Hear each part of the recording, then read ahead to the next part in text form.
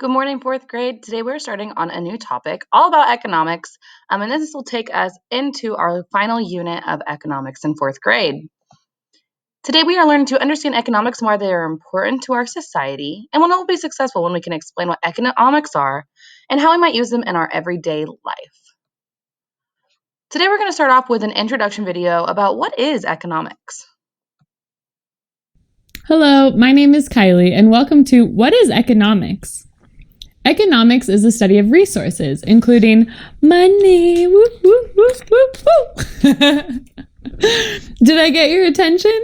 Great. Keep watching to find out about the exciting study of economics. Are you ready? Let's go.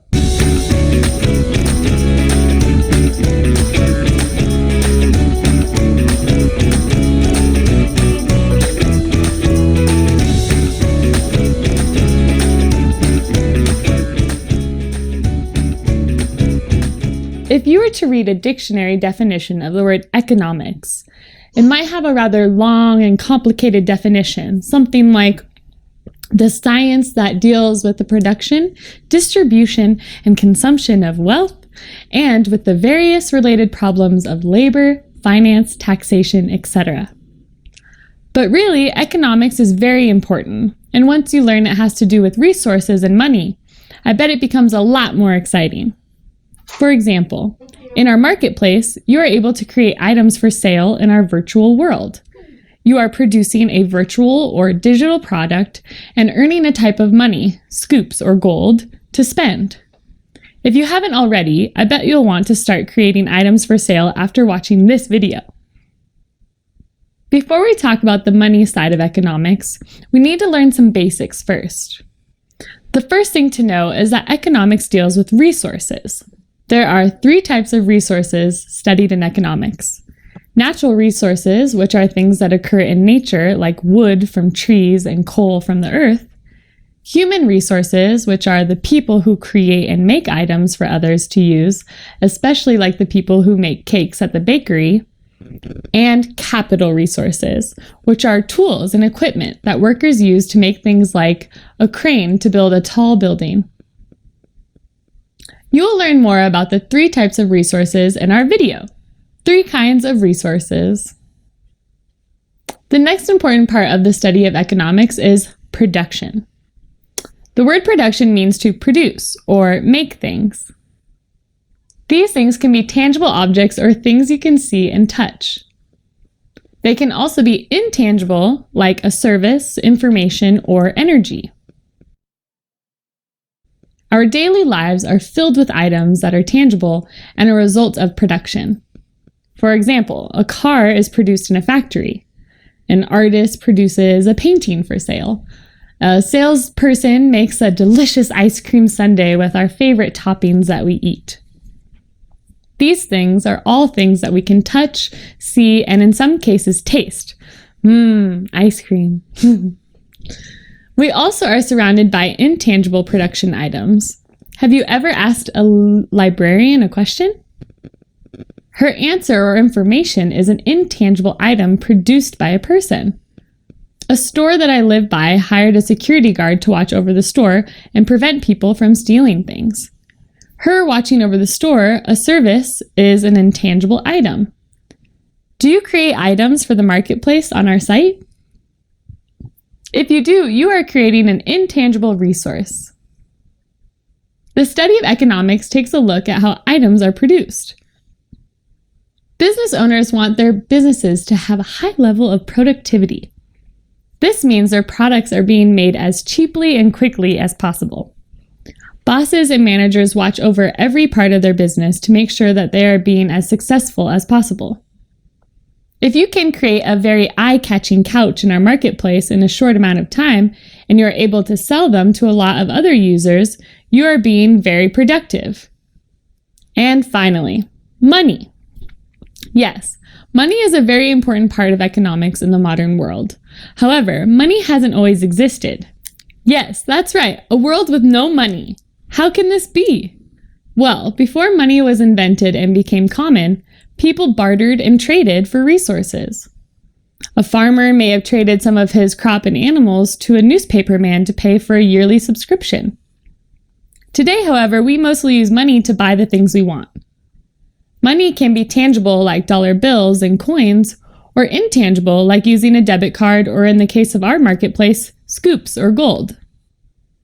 Now people earn money by working. Then the money they earn can be spent on whatever they choose.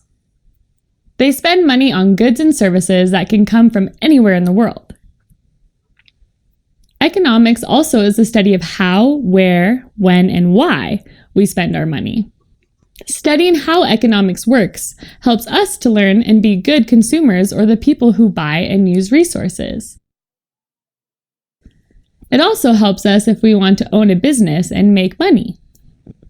So now that we've learned the basics of economics, let's come up with an easier to understand definition. Economics is the study of resources, the kind of resources they are, how they are produced, and how they are used. Economics also studies how money is used in buying resources. Remember, this is just an overview of the study of economics. I bet you are now thinking about how you earn and spend your scoops or gold. You can learn more about economics and money by watching our videos and playing our fun online games and quizzes. Good luck earning, and remember to always be clever. Hey! Okay, fourth grade. There was a good introduction, and we learned in our last reading book, Using Money, all about the different ways that we can earn money and spend money. So Hello, my name is going to take us into that next step.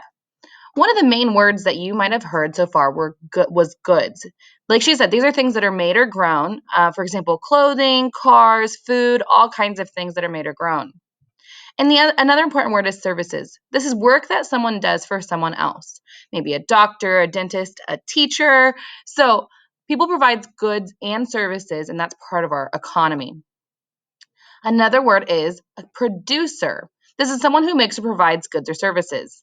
The examples that they give us are farmers or barbers, people that cut your hair or make food for us. And otherwise, we have consumers. So this is someone who uses or buys goods and services. This is me. I'm definitely a consumer. I love to go shopping. I love to get my hair cut, all of those things. Anytime that we're spending money or using any of these goods or services, we are consumers. We're going to give an example here. So Henry Ford. Henry Ford was an important businessman in our country's history. He was a producer. A producer is someone who makes or sells a product. Ford was the first to make an automobile cheap enough for many people and families to buy. This automobile was called the Model T, as you can see up here. When Ford first started producing automobiles, they were made one at a time, but only two or three workers. This process was very expensive and took a lot of time. However, people liked the Model T so much, Ford decided he needed to make a better way to produce it. Ford built a bigger factory and he hired more workers. He also decided that he needed to make more than one car at a time. To do this, he created an assembly line. On an assembly line, each worker adds one kind of part to a product as it passes on a moving belt. An assembly line produces goods faster and cheaper. Before the assembly line, the Model T cost $825. But after, it only cost $265 to produce. And remember, this is a long time ago, so that money was different than what we would have today. This lower price allowed for many more consumers to buy the Model T.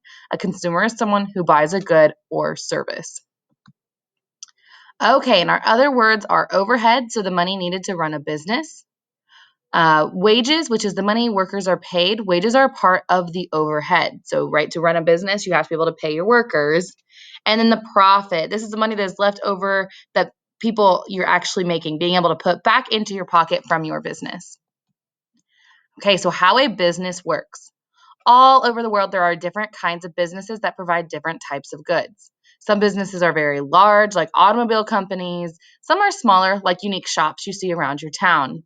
All businesses, big or small, work the same way. The goal of a good business is to sell goods or products in order to make money.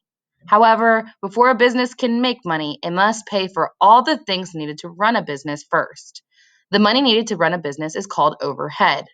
Some examples of overhead include a space to rent, heating, electricity, and materials. Workers are also needed to make and sell goods and services. Workers are paid wages for the work they do. Wages are also a part of a business's overhead. Store owners sell their goods or services for a little more money than it costs to produce them.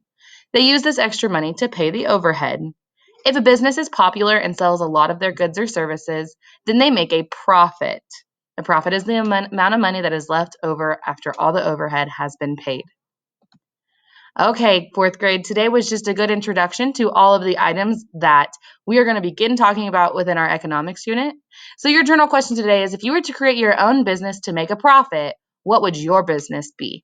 I can't wait to hear all about them. Good job today, fourth grade. Thank you.